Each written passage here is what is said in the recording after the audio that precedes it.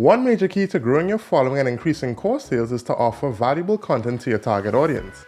In this video, we'll break down some of the best content marketing strategies you can implement to start building an online audience that you know will benefit from your course and your content.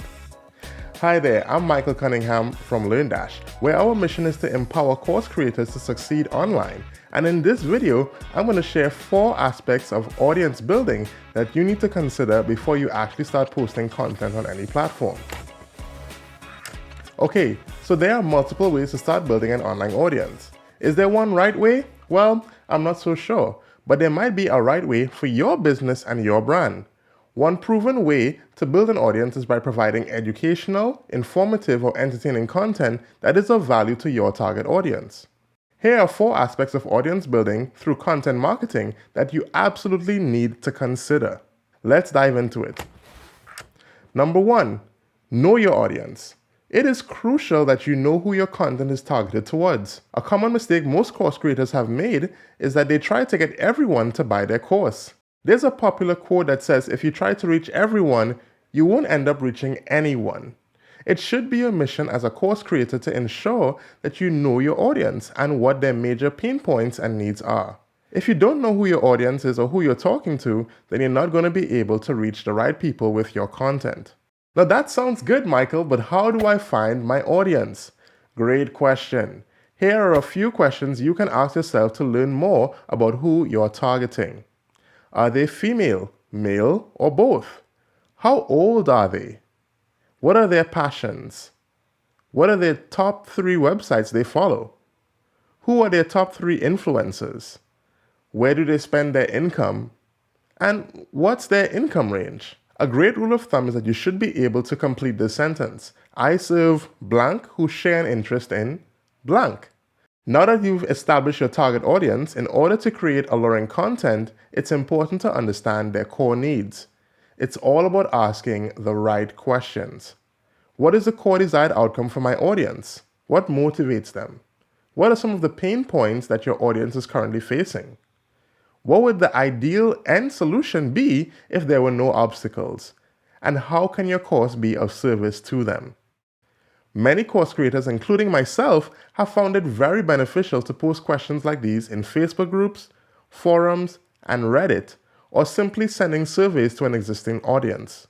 This is going to be a gold mine for your content, and you should be able to use this data to brainstorm content ideas and topics.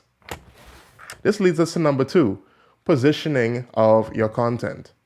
In order to have a greater impact on your audience, you need to focus on how you position yourself and your brand in order to establish yourself as a go-to authority in your niche.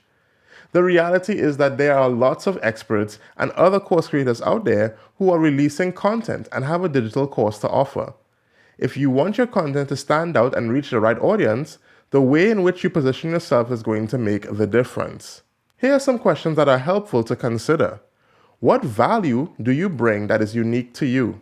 You should also be able to determine the value that is unique to you that other course creators in a similar niche are not currently bringing to the table. You should be able to find out how you are different and how you can be different in your niche. What new techniques or methodologies do you implement in providing your solution to their problems? You should be able to identify what your unique spin or perspective on achieving the desired outcome of your audience is. Some of the other questions you may want to consider are, what problems does my product help to solve? Or why am I a better choice over my competitors? These questions should frame the way in which you decide to position your content. Number 3, having content marketing goals. You can't score if you don't know where the goal is.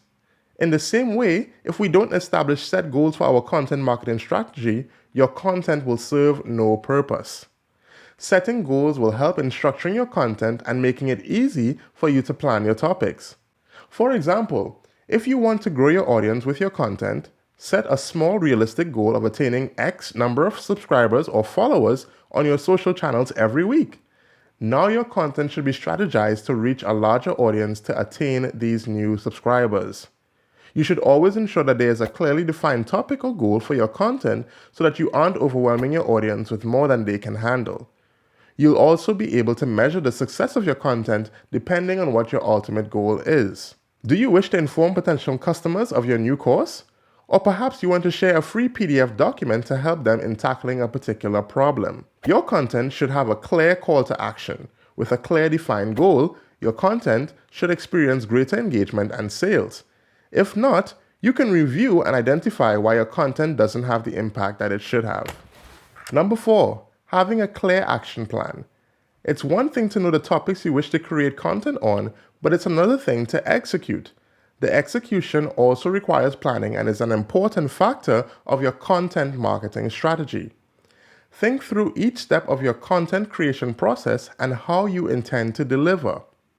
In your process, some things to consider are what format you will deliver your content or what medium of delivery will have the most impact. You may want to consider what devices they would most likely use to consume content and how busy they are and how much free time they have to consume the content. Once you have strategically thought through your execution plan, it can also be beneficial to streamline your workflow. As you execute your content, you will notice that there are more efficient ways of streamlining the content creation process, which you can implement in your execution plan. Hey there! If you're getting value out of this content, be sure to give this video a like. We really hope you enjoyed this video, and if you have any questions, please leave them in the comments area below the video. If you want to be notified when we upload more videos like this one, be sure to subscribe and click the bell notification. That's all for now. Michael, signing out.